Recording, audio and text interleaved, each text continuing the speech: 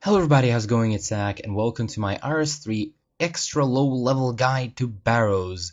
So, I'm going to be going over absolutely everything you need to know about Barrows for a first time Barrows player. So, first of all, I want to go over the stats, and I want to show you real quick how low your stats can be. First of all, you're going to be maging. So, your magic level, goddammit Windows 7, your magic level needs to be as high as possible, of course. I started doing this at level 67 mage, and it's really easy. It's ridiculously easy. A high HP level helps. You want at least 43 prayer. Come EOC, it is possible without it, but, you know, I wouldn't recommend it. The prayers really help at some bosses, for example, Kharyll's. Next up, you require completion of the Desert Treasure Quest. Desert Treasure Quest is nothing long. It took like maybe 2 hours to do. For this, can't see requirements here, but you need 53 thieving, which is the main goal, and then you need some other levels. I'll flash them up on screen now. I really can't remember them. Next up, if you can be arsed, you should do the In Search and In Aid of Mercue quests. These will enable a quick route to Barrows through some use of some boat or something here. But for the purpose of this video, I'm not going to be using that route because, for one, I don't have it unlocked because I can't be arsed to do the quest, and for seconds, because I want to show you low-level player, how to get to Barrows. Let's quickly look at my combat level. My combat level is 84. So, let me show you guys a little gear setup guide. This all depends on your defense level, but honestly, just bring the best mage armor you can get, and I would suggest for staves, at around level 60 magic, I would suggest the Saradomin Staff along with the Saradomin Cloak. The Saradomin Staff now is no longer required to cast Saradomin Strike, it's instead its special attack, and it gives a much higher magic bonus than the Ancient Staff, which you would normally be using, right? To cast ancient spells, right? So, for boots, I would suggest Boots of Lightness because you're going to be much lighter with your stuff. Honestly, just get the max of your stuff. I suggest a Ring of Wealth, at least for the chest, for opening the chest. If you can afford it, get a Seer's Ring, of course. It's a magic DPS increase, definitely. Amulet of Glory, if you can't afford a better amulet. I think an Amulet of Magic gives more bonus, although I'm not sure on that one. Anyway, that's about it for gear. For aura, you want Vampirism. For your inventory setup, prayer potions, I bring flasks. I always bring 3 flasks when I start out. Honestly, during one trip, you're going to drink around 4 doses of prayer.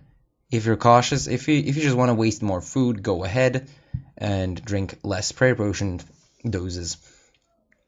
Bring a tab out. I bring a house tab because I have a portal to Canifis in my house. But anyway, I'm going to be showing you guys how to get there in a moment, so you'll understand why I bring a house tab. You can bring any tab, honestly, but the house tab is just the best. Runes. You're going to want death runes and water runes. Fire runes are optional. I suggest you bring them though. It's, you know, I have fire runes for kill count, so I can use Blood Rush on the kill count mobs. So also I bring super energy pots. I usually drink 2 doses of super energy pots on the way there.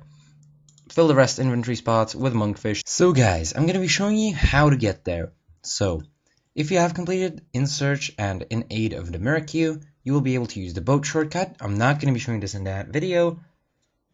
I'm not going to be showing that in this video, although there are maps everywhere around the internet. I'm going to post one here. It's going to be on screen right now. You can look at the map where we're going to be going, basically. So use the blue route if you have completed In Search and In Aid of the Mercue, and use the yellow route otherwise. It's the route I'm going to be taking. It's pretty straightforward. Just run kind of east from Canifis, I think it is. Yep, it is east of Canifis indeed. If I'm not mistaken. Oh my god, the lag. Yes, it is. No, it is west of Canifis. And run through here. Why you don't really want to use this route if you have In Search of Mercue is because these ghasts can attack you and you can lose food. Always keep run on. With Boots of Lightness, I have 9 kilograms of weight, which is not a lot indeed. I have like 30 something level in agility, 40 agility precisely, nice. See, this is it, rotten food. Rotten food is completely useless, just drop it on the floor. You should run by the side of the swamp. It's pretty easy to follow, just run right around the sides. Don't go too much there. Here, when you will see the grotto from Nature Spirit, that's when you know you're there. Here, when you see the musician, you can either rest there, or if you bring energy pots like me, just drink a dose of energy potion. This is usually the place I'll drink an energy pot at, exactly when crossing this bridge. Super energies, if I'm not mistaken, give you 40% run energy, so that's quite a lot. This is kind of the annoying part, getting there. Barrows is actually quite a fun minigame, and I really suggest if you have the levels for it, go ahead and do it. It's fun, and you can get loot. Here are the Barrows. I'm going to be showing you guys a precise order on how to do them at low levels in a moment. So how exactly are you going to be killing Barrows, you might ask, at such a low level? So the answer is obvious. Ice Rush. Ice Rush is a level 58 mage spell. I would suggest you have 60 mage though, because the crypts do drain magic levels, and you might get drained to the level where you can't cast Ice Rush. If you have Ice Splits, level 82 magic, why the hell not? Go for it. So you'll be using 1 Death Rune and 3 Water Runes every cast, or basically, when we examine these, we can see their GE price, if I'm not mistaken. This is 187, this is like 10 GP, 30 GP even.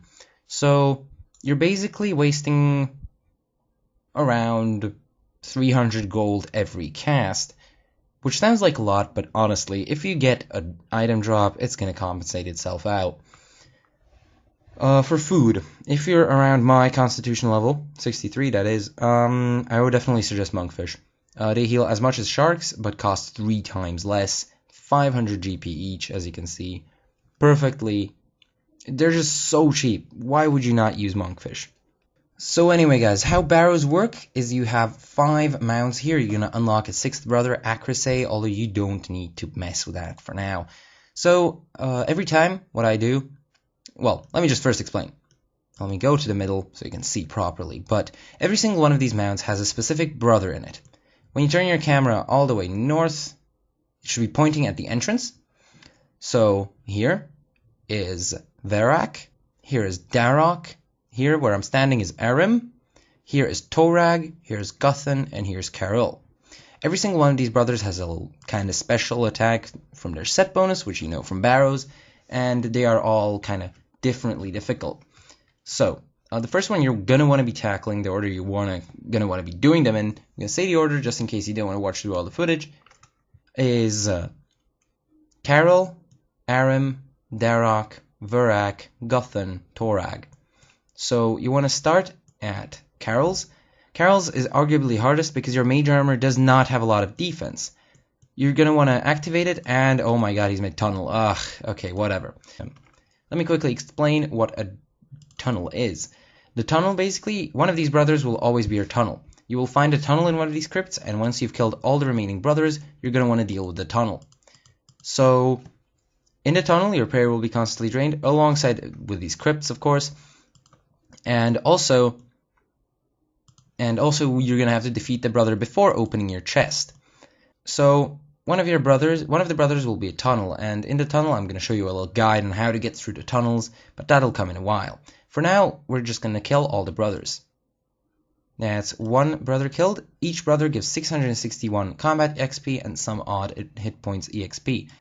So on Arim, if you want to, you can use Blood Rush to heal yourself a bit, but I honestly just use Ice Rush because it does more damage.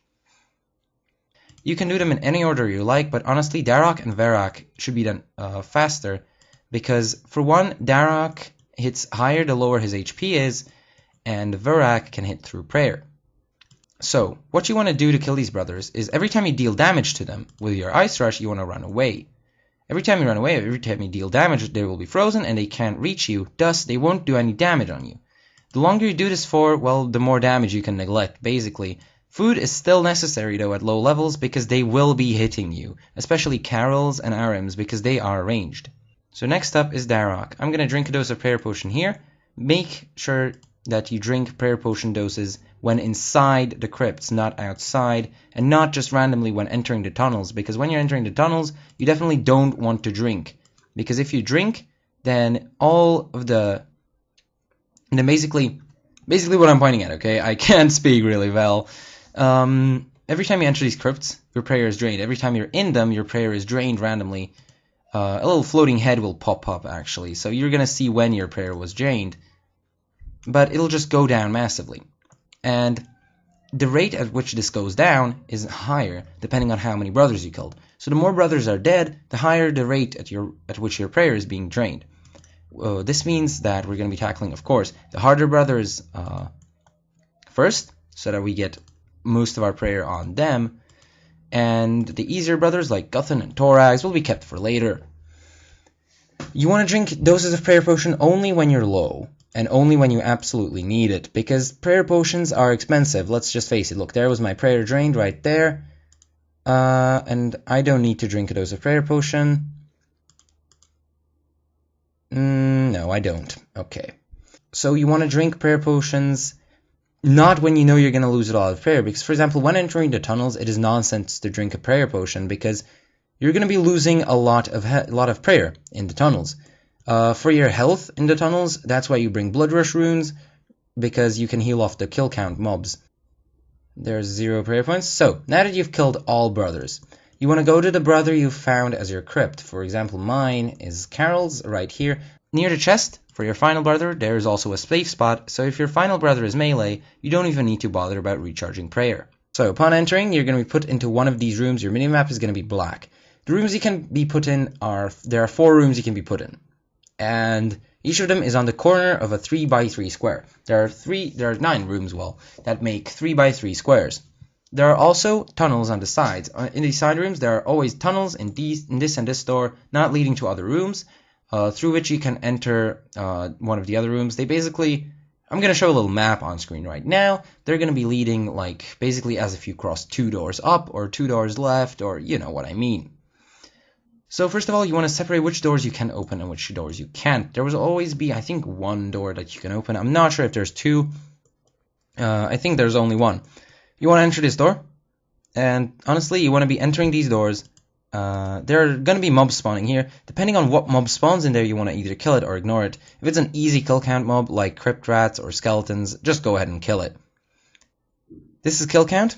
Every person has a little specific kill count special number that they use to open the chest. Basically, the higher your kill count, the higher the chance of getting loot. So I already found my door, but basically your aim is going to be finding a door which leads to this room with a chest. This door basically will lead to the chest, and in the chest will be your loot. There is a higher chance you're going to get loot with certain numbers. JMods, if I'm not mistaken, have said a specific number, but that was for old school, so I'm not sure if it is still in effect. But every person, as I said, has a special number. The numbers usually recommended are between 5 and 15 kill count. I personally use 12. It's really up to you. Just once you found your door, just go ahead and kill some random mobs in here. For me, this is crypt rats, which is really cool because crypt rats are really easy to kill.